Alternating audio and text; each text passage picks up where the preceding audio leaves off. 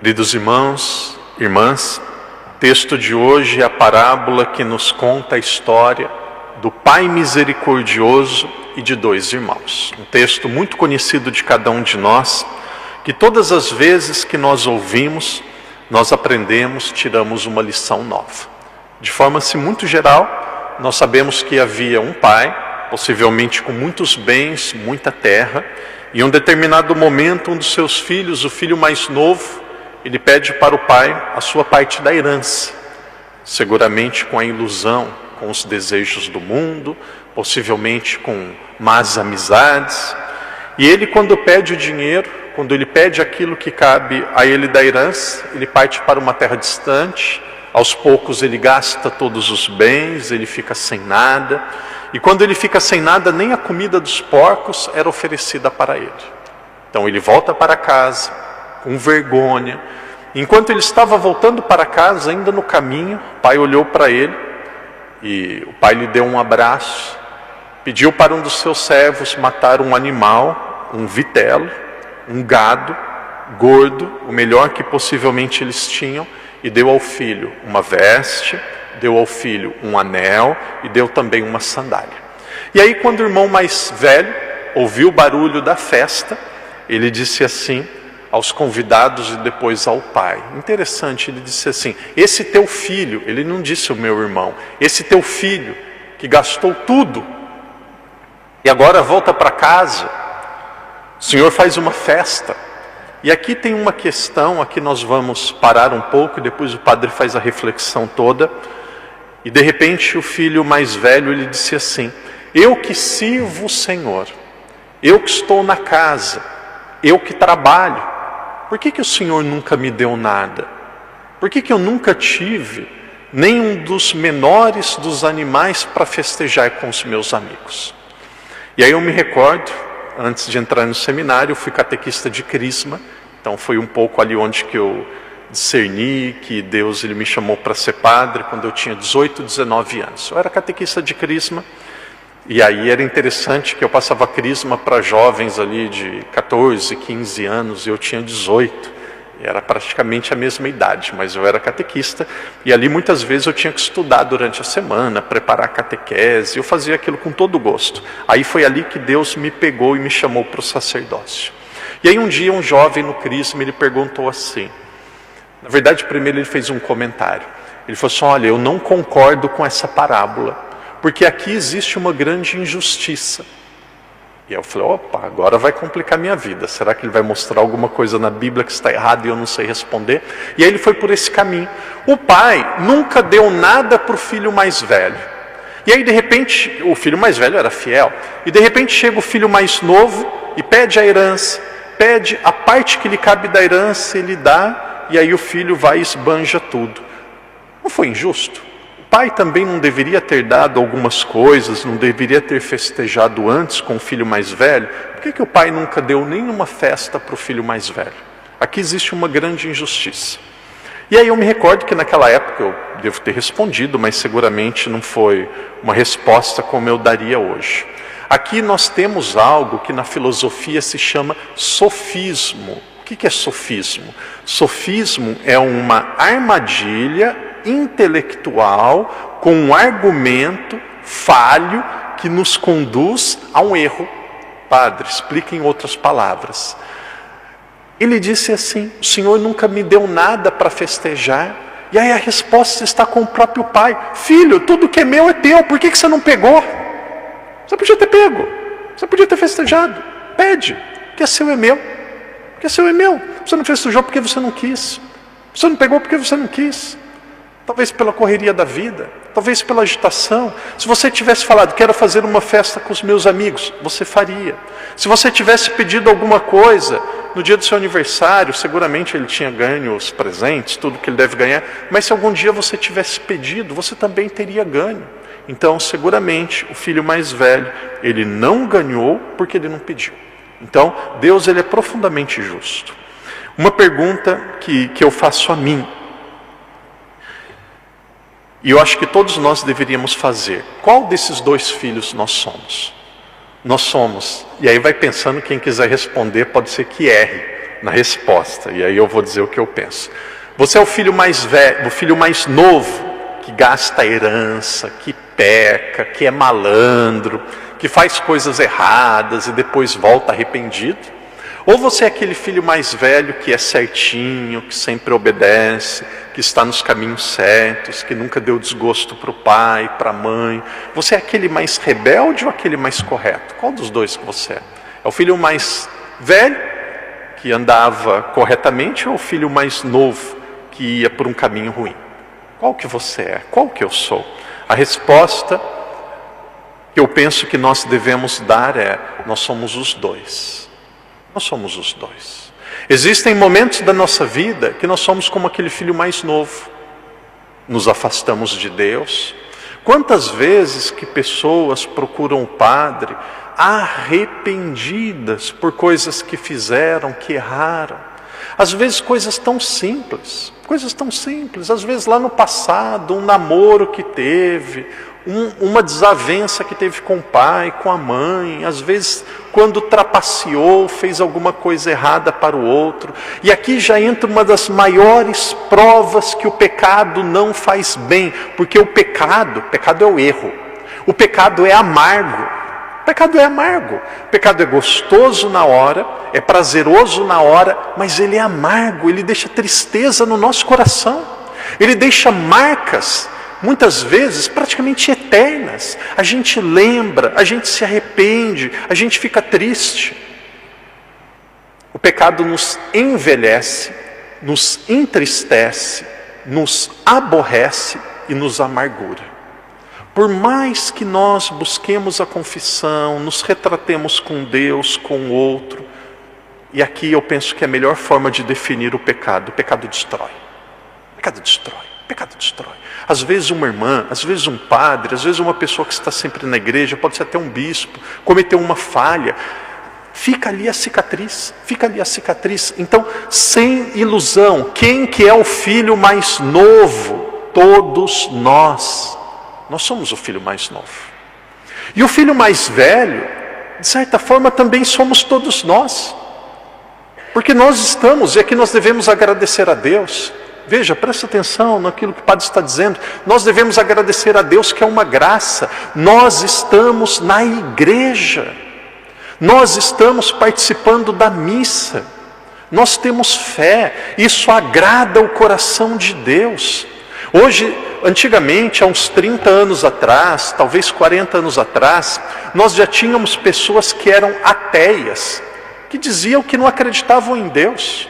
E diziam abertamente: não acredito em Deus. Era a época, alguns vão lembrar aí, a época do rock and roll, das baladas, das danças, cabelo grande, calça larga. Não acredito em Deus. A humanidade hoje ela está muito pior. Não só existem pessoas que não acreditam em Deus, hoje cada vez mais aumenta as pessoas que zombam de Deus. Existe nos Estados Unidos, no Brasil também, templos, igrejas satânicas, para cultuar o demônio e atacar a Deus. Aconteceu uma vez que um jovem estava indo para a praia no Brasil, e a gente sabe que a praia é lá embaixo. E aí, era interior de São Paulo, litoral de São Paulo, então tem a cidade de São Paulo, o interior de São Paulo que é alto, e aí de repente a pessoa precisa descer a serra. E aí a mãe falou para o filho, que estava descendo a serra no fim de semana, falou: filho, vá com Deus. Com Deus eu não vou, melhor ele ir sozinho. E no meu carro não tem espaço para ele. Se ele quiser entrar no meu carro, que ele fique só no porta-malas, porque em outro lugar eu não quero que ele fique. Zombado. E aí, teve a viagem, ele não levou muitas coisas, porque ia passar um final de semana apenas. Ele deixou algumas malas, algumas roupas no banco de trás, e lá no porta-malas ele deixou algumas caixas com ovos, que ele ia fazer um bolo, ia fazer alguma coisa lá na praia. E descendo na serra teve um acidente muito grave. O carro se estourou todo. Aquele jovem morreu. O carro, no termo do Brasil, a gente diz assim: perda total. Perdeu tudo. Só sobrou uma coisa que não aconteceu nada no carro: os ovos. Ele falou que Deus, para ele só tem lugar lá no porta-mala. No porta-mala tinha os ovos, quebrou tudo, menos os ovos que estavam no porta-mala, o lugar que ele tinha dito que Deus podia ir. Não estamos dizendo que é castigo, não estamos dizendo que Deus quer isso, mas o que nós estamos dizendo é, com Deus não se brinca. Se alguém de repente não acredita em Deus, não tem fé, cada um é livre. E aí o dia que morrer vai falar assim, como que eu perdi tempo? Como que eu perdi tempo? Perdi tempo. Eu tinha um pai, uma mãe, que é Nossa Senhora, que me ama, que cuida de mim, eu não amei. Então, queridos irmãos e irmãs, aqui não é motivo de orgulho, mas é uma grande alegria. Nós temos fé. É uma graça de Deus, a fé é uma graça de Deus. Agora, dentro de cada um de nós, existe o filho mais novo e o mais velho. Qual que é melhor? Nenhum dos dois. Qual que é o melhor? É o terceiro, que é Jesus. O melhor é aquele que não sai de casa, não se perde do mundo, e mesmo ficando em casa, não tem vaidades, não tem inveja daqueles que estão fora. E aqui algo que acontece muitas vezes, principalmente para os jovens, e aqui nós devemos ter um cuidado. Prestem atenção, às vezes existem católicos que estão com o pé na igreja, mas com o coração no mundo. Ah, eu estou na igreja, eu rezo, mas a pessoa que nem vem na igreja, o meu familiar que não vem, que não acredita em Deus, tem uma vida muito melhor do que a minha. Tem tanto dinheiro, não tem problema na saúde, não tem problema na casa, problema de saúde, parece que tudo vai bem. Então a pessoa, sem perceber, ela está com os pés na igreja, mas o coração lá com aquela sedução, imaginação e tendência de estar no mundo. Não, os nossos pés estão na igreja e o nosso coração está na igreja, em Deus. Nós dizemos assim, Pai, Deus, eu lhe amo e eu quero permanecer fiel até o fim.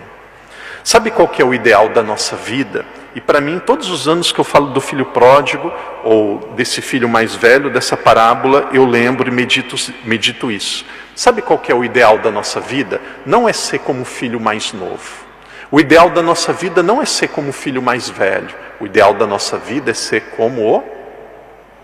E a pessoa mais importante, aquela que deveria receber o nome da parábola, aquele que é o centro da parábola, o ideal da nossa vida é ser como o Pai misericordioso.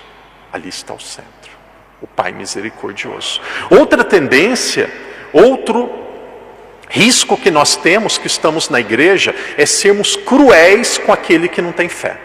Às vezes tem uma pessoa que não vem à igreja, que não tem fé, e aí acontece qualquer coisa. Porque não vai na igreja. Porque não tem fé. Porque merece. porque é ruim. Aí a gente aponta o dedo, critica. A cada um de nós cabe a oração e a justiça, a gente entrega para Deus. Então, queridos irmãos e irmãs, o ideal da nossa vida, a meta da nossa vida, o chamado principal da nossa vida é ser como o Pai misericordioso. Interessante que quando o pai encontrou com o filho, eu também sempre lembro disso, não me esqueço. O pai, quando ele encontrou com o filho, ele deu 3 presentes: túnica, uma veste, um anel e a sandália. O que significa a túnica? O que significa a veste, a roupa? Uma pessoa sem roupa, uma pessoa nua, é uma pessoa sem dignidade. Então, quando o pai entregou a roupa, a primeira coisa que ele disse ao filho é: filho, você jamais perdeu a sua dignidade. Você continua sendo gente. Você não deve comer comida dos porcos. Você é humano, você é gente.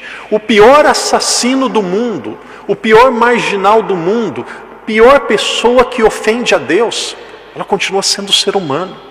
Ela continua sendo imago Dei, imagem e semelhança de Deus. E aqui a doutrina católica é diferente da doutrina protestante. O pecado, mesmo o pecado original, mancha a pessoa, mas não destrói um núcleo bom que nós temos.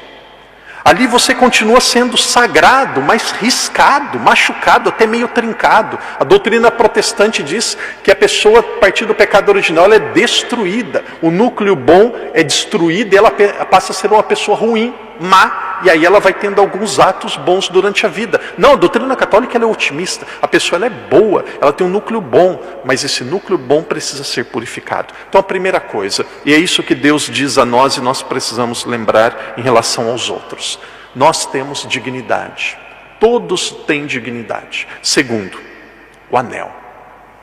Eu tenho o meu anel de casamento dos meus pais. Quando eles fizeram 25 anos de casamento, tiraram a aliança, levaram lá em uma loja, lá derreteram, e aí guardaram escondido lá em casa. Meu dedo acho que é maior, mais grosso. Então meu pai e minha mãe fez 25 anos de casamento, colocaram uma aliança de prata e guardaram a aliança dos dois. E aí descobriram o tamanho do meu dedo, não sei como, fizeram outra aliança daquelas duas, guardaram. No dia da minha ordenação de diácono eles me deram. Filho, você nunca se esqueça que você é fruto do matrimônio dos seus pais. Do mesmo jeito que o seu pai e a sua mãe sempre foi fiel um com o outro, seja fiel com Deus e com a igreja. Então isso daqui é o seu compromisso. Você não é solteiro e não é livre, você é casado com Deus. Então até hoje, e aqui tem, um dia se alguém quiser ver, aqui nessa aliança tem um nome, está escrito o nome da minha esposa, Igreja Católica. O padre não é solteiro. Solteiro é solto, o padre não é solto, o padre é casado, não com uma mulher, casado com a igreja. Então o filho estava ouvindo do pai, o pai estava dizendo: você continua tendo uma aliança comigo, você continua sendo filho, você é digno, você é filho.